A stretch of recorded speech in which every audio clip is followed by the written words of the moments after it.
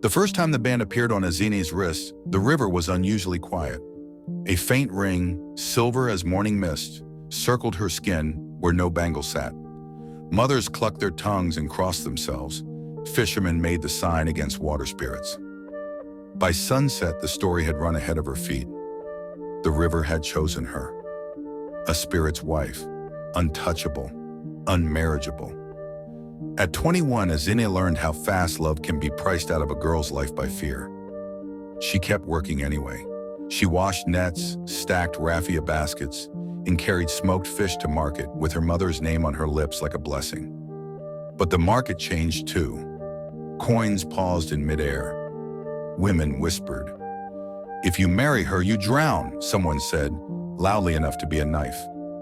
Ezinne smiled a thin, stubborn smile and tightened the indigo wrapper at her waist. The river gave her a band. It did not give her permission to break. The oracle's gong sounded before noon, calling Awa village to the Iroko courtyard. Elders fanned themselves as the oracle lifted a calabash flecked with river sand. "The Water King has laid claim," she intoned. "Any man who touches the girl will be claimed by the deep. Ezinne must live veiled or be consecrated to the shrine." A murmur rolled across the crowd like thunder beneath the earth. Ezinne's mother caught her hand. Ezinne did not pull away. That night, women marked Ezinne's doorway with white clay for protection, which felt like a beautiful word for prison. Suitors stopped passing, friends stopped asking.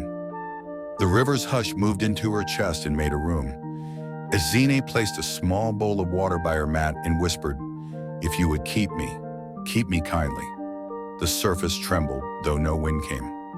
Kelechi returned to AWA with a satchel of books and a city's confidence worn thin by life. He had come to nurse his ailing mother and to teach at the little school by the mango grove. On his first evening, he heard the boys chanting by the river, "Spirit's wife! Spirit's wife!" He followed the sound and found a young woman stacking fish traps with steady hands and a brave, tired mouth. The silver ring at her wrist gleamed like a dare. He spoke softly so his voice wouldn't bruise the air. "I am Kelechi. Does the river always keep what it touches?" Ezinne looked up, startled, then amused despite herself. "The river keeps stories. People keep fear." He noticed how the boys felt quiet at her gaze and how the current seemed to listen. Something in him, the part trained to measure symptoms and causes, shook its head at superstition. Another part, older and wilder, did not. By week's end, the council announced consecration at the new moon. Ezinne would be married to the shrine, veiled from men and markets, her work and laughter taxed by rituals. Kelechi stood at the edge of the crowd, jaw tight. He stepped forward before he could think better. "Elders," he said, voice even, "I will marry Ezinne." Gasps scattered like startled birds. He raised a palm. "A civil registry, tomorrow. If your curse is real, I alone will bear it. If it is not, release her." Ezinne's heart slammed the inside of her ribs. A stranger's shield is still a shield. A false marriage is still a door. "Why?" she asked later beneath the mango tree. "Because fear grows when it goes untested," Kelechi said. "Because law can stand where myth steals bread. Because you deserve a choice." It was the first proposal she had received that sounded like a plan, not a cage. They signed their names at the dusty registry, ink thick as resolve. No drums, no coral beads, only a clerk with sleepy eyes and a stamp that sounded like a verdict each time it fell. Kelechi's fingers were warm around the pen. Ezinne's wrist trembled but did not refuse. Outside, the river glinted like a watching eye. When they walked home side by side, people peeled from doorways to stare. No one spoke first. Night broke its bowl over AWA. A wind rose from the river and shouldered the compound gates. Someone's goat was found floating by dawn. The oracle's calabash cracked on its shelf without a hand near it. In their new one-room house, the false couple slept on opposite sides of the mat. Two hearts counted by the same dark. When the door latch lifted without touch and settled again, Kelechi whispered, "Fear grows when we give it names." Ezinne whispered back, "And courage grows when we keep ours." The morning after their registry wedding, villagers gathered at the riverbank. The waters, usually calm, were swollen and restless, lapping higher than the stones. "The Water King is angry," the oracle declared. her cowries clattering. "He does not share his bride." Men nodded. Women wailed softly. Ezinne stood tall at the edge, Kelechi behind her. The silver band on her wrist shimmered brighter than ever. She lifted her arm as if to say, "Here I am. If you want me, come." The river hissed, but did not swallow her. Fear twisted into confusion in the crowd. Life in their one-room house was awkward but steady. Kelechi taught school by day, chalk dust on his shirt. Ezinne smoked fish with her mother. At night they shared meals, silence between them softening slowly into talk. Of books, of clay, of futures too fragile to name. Yet the village divided. Half whispered she was safe under his courage, half cursed her as a temptation that would drown them all. Each morning children lingered by her doorway, staring with wide eyes, daring the spirit's wife to smile. Sometimes she did. The oracle would not accept defeat. One night she came with elders, her staff striking the ground like thunder. "Return her to the shrine," she demanded. "This false union mocks the spirits." Kelechi stood in the doorway, steady as stone. "You can banish fear, but not law. She is my wife now." Murmurs erupted, torches flickered. The oracle hissed, "Then both of you shall pay." Her eyes glowed faintly as the flames bent sideways. Even the bravest men shuffled back, muttering about curses. Ezinne gripped Kelechi's arm. For the first time she believed the fight was larger than their love. Driven by fear and defiance, Kelechi sought the oldest storyteller. Under the iroko, the elder whispered, "That silver band was not the river's claim.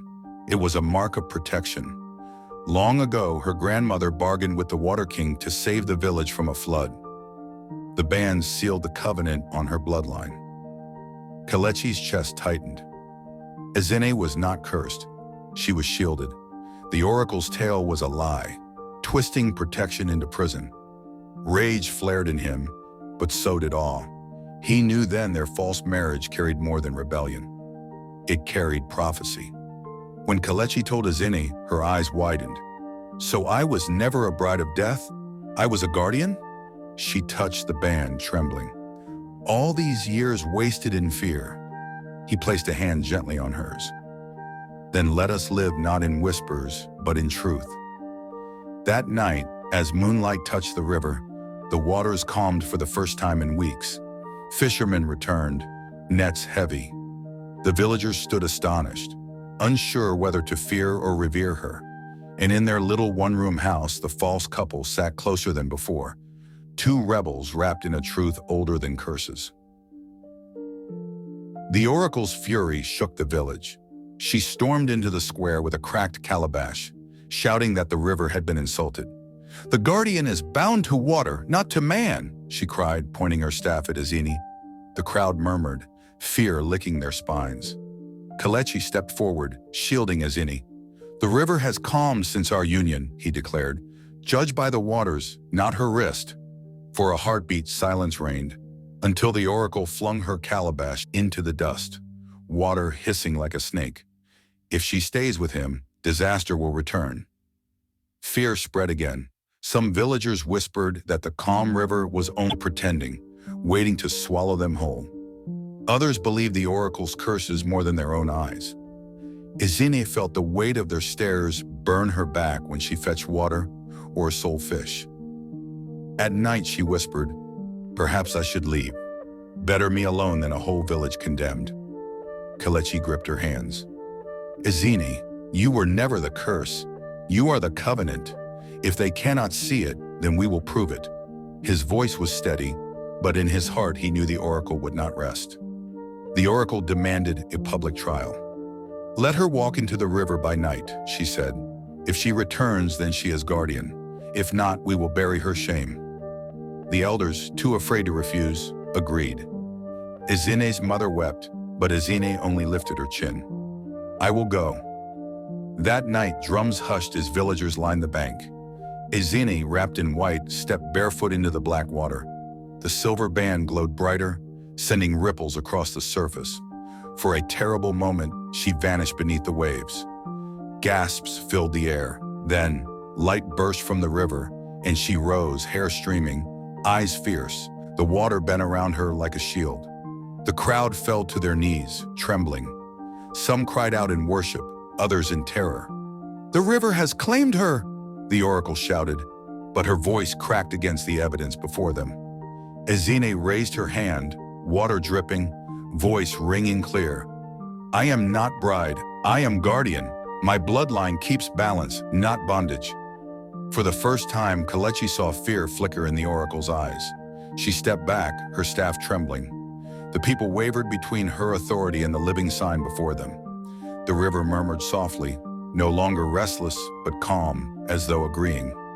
That night, the oracle sat in her shrine, grinding herbs with furious hands. "If she will not be drowned, then let her bleed." Her whispers carried through the smoke to spirits darker than riverkind. In the days that followed, sickness spread among goats, children woke screaming, and whispers claimed the guardian had angered the gods.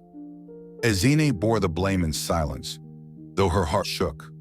Kelechi, however, gathered villagers. "Curses grow stronger when we bow to them. She risked her life for you. Will you now let lies destroy her?" Slowly, heads lifted, courage awakening. The oracle was no longer the only voice. The oracle's fury boiled into storm. Clouds gathered over Awa without rain. Thunder growled like a warning drum. "The guardian has broken law," she declared. "The gods demand payment." She urged the people to bring offerings. Goats, palm oil, yam heaps. Fear outweighed reason, and the village obeyed. Ezinne watched from her doorway, arms folded. "She steals their fear and eats it for power," Kelechi muttered beside her. "Then we must break the chain. Fear only rules when we kneel."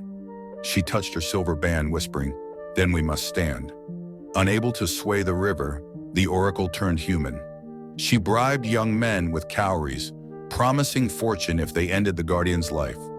One moonless night, they crept towards Ezinne's hut, machetes flashing dully. But Kelechi was waiting. He stepped from the shadows, staff in hand, voice steady. "Strike her, and you strike the covenant. The river itself will judge you." The men hesitated, fear breaking their courage. One dropped his machete, another fled into the dark. When dawn broke, the whole village knew the oracle's curses needed knives to stand. That morning, Ezinne confronted Kelechi. "Why risk yourself for me?" He met her gaze, steady and tender. "Because, false or not, our marriage has become truth. I did not only defy fear, I chose you." Her breath caught. For the first time, she saw not a stranger's shield, but a man's vow. She touched his hand lightly, the silver band glowing between their fingers. "Then let us stand together, not as guardian and teacher, as husband and wife." Their false marriage had just become a covenant no oracle could undo. The oracle, cornered, performed her darkest ritual. She slit a cock's throat at the riverbank, calling for flood. The waters trembled, rising higher, foaming with unnatural speed. Villagers screamed, scrambling uphill. But Ezinne stepped forward, silver band blazing. "I am covenant, not curse," she shouted. She knelt, touched the water, and it calmed like a child soothed by a mother's palm. The flood receded, leaving only silence. Behind her, the oracle screamed and stumbled. Her staff cracked in two, smoke rising from her hands. By dawn, the oracle's shrine was abandoned. Her followers deserted her, whispering she had angered the very spirits she claimed to serve. She was found wandering near the forest, eyes vacant, her power broken. The village declared Ezinne the true keeper of balance. That night, drums returned, not for fear, but for celebration. Kelechi and Ezinne sat side by side, hands intertwined, laughter trembling from lips that had long carried sorrow. For the first time, their union was no longer called false. It was the bond that had freed a village from chains of fear. With the oracle gone, the river grew calm again. Fishermen returned with nets heavy, women sang as they washed clothes, and children splashed in shallow pools without fear. Where there had been silence and suspicion, laughter echoed. Ezinne walked the bank, her silver band glowing gently. Villagers bowed their heads now, not in fear, but in respect. For the first time since the band appeared, She felt it as a blessing, not a chain. The elders called a gathering beneath the Iroquois. Let it be known, the oldest said, that fear no longer rules Adua. The river is guarded, not by shrine, but by covenant. Eyes turned to Ezinne, and then to Kelechi beside her. Their false marriage had become the village's salvation. Kelechi's hand found hers as the crowd cheered. For once, Ezinne did not feel stared at, but celebrated. The weight of years lifted, replaced by the warmth of belonging. In their small house, once filled with whispers, laughter now bloomed. Kelechi brought chalk-stained hands from the school. Ezinne carried baskets of fish from the market. They shared food, stories, and silences that no longer felt heavy. One evening, Kelechi said softly, "We began as pretense. Now I ask truly, be my wife, not for law, not for protection, but for love." Tears filled Ezinne's eyes as she whispered, "Yes." This time, no ban, no fear, no curse could shadow it. Their second wedding was not whispered, but sung. The whole village gathered, drums shaking the air, dancers swirling in bright wrappers. Ezinne wore indigo laced with white, her hair threaded with cowries. Kelechi, in a simple agbada, could not stop smiling.